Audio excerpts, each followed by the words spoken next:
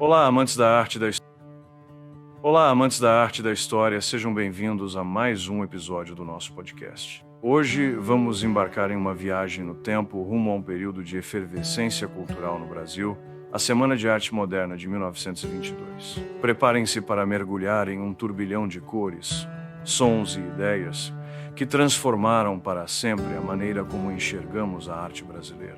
Imaginem o cenário: São Paulo, início do século XX. O Brasil, recém-saído da Primeira Guerra Mundial, vivia um período de grandes transformações. A industrialização avançava, as cidades cresciam e com elas surgiam novas ideias e aspirações. Nesse contexto, um grupo de jovens artistas, escritores e intelectuais, inconformados com os padrões artísticos europeus que ditavam as regras no país, decidiu dar um basta. Eles buscavam uma arte genuinamente brasileira, que expressasse a nossa identidade, nossa cultura, nossas cores e nossa alma. E assim, entre os dias 13 e 18 de fevereiro de 1922, no palco do Teatro Municipal de São Paulo, aconteceu a Semana de Arte Moderna. Um evento que, à primeira vista, poderia parecer apenas uma série de apresentações artísticas, mas que, na verdade, representou um verdadeiro grito de independência cultural. Era a ruptura com o academicismo, com o tradicionalismo, com a cópia servil dos modelos europeus. Era o nascimento de uma nova estética, de uma nova sensibilidade, de uma nova forma de enxergar o Brasil.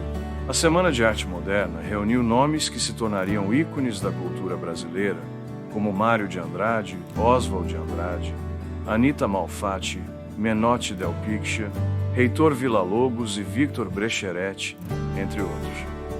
Cada um deles, com sua arte, contribuiu para a construção de uma nova linguagem mais livre, mais experimental, mais brasileira. As pinturas de Anita Malfatti, com suas cores vibrantes e traços ousados, chocaram a crítica conservadora. A música de Villa-Lobos, com sua mistura de elementos da música clássica europeia e ritmos populares brasileiros, causou estranhamento e admiração. A poesia de Mário e Oswald de Andrade, com sua linguagem coloquial e temas cotidianos, rompia com a rigidez da poesia parnasiana. A reação do público e da crítica foi, como era de se esperar, controversa. Enquanto alguns se encantaram com a novidade e a ousadia das propostas modernistas, outros se revoltaram, considerando as obras como um atentado ao bom gosto e à tradição. Houve vaias, protestos, críticas ácidas nos jornais. Mas, em meio à polêmica, uma coisa era certa: a Semana de Arte Moderna havia plantado uma semente. Uma semente que, apesar da resistência inicial, germinaria e floresceria, transformando para sempre a paisagem cultural brasileira. Quais foram então as consequências desse evento tão marcante? A Semana de Arte Moderna não mudou o Brasil da noite para o dia, mas foi um marco fundamental para a consolidação de uma identidade cultural própria. Ela abriu caminho para o surgimento de novas escolas literárias, como o modernismo e o pau-brasil, que valorizavam a linguagem coloquial, os temas nacionais e a experimentação formal. Influenciou também outras áreas da arte, como a música, o teatro, a arquitetura e as artes plásticas.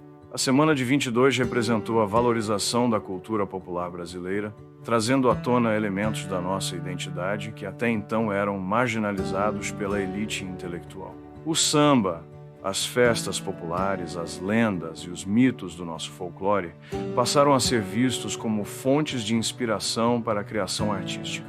A arte deixou de ser um privilégio de poucos e passou a dialogar com a realidade do povo brasileiro. A Semana de Arte Moderna também contribuiu para a afirmação de valores como a liberdade de expressão, a experimentação e a originalidade. Os artistas modernistas defendiam o direito de criar sem as amarras das convenções e dos padrões estéticos impostos pela academia.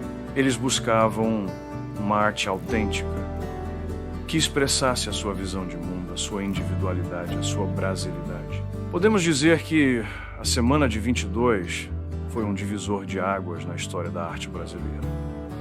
Ela representou um rompimento com o passado e uma abertura para o futuro.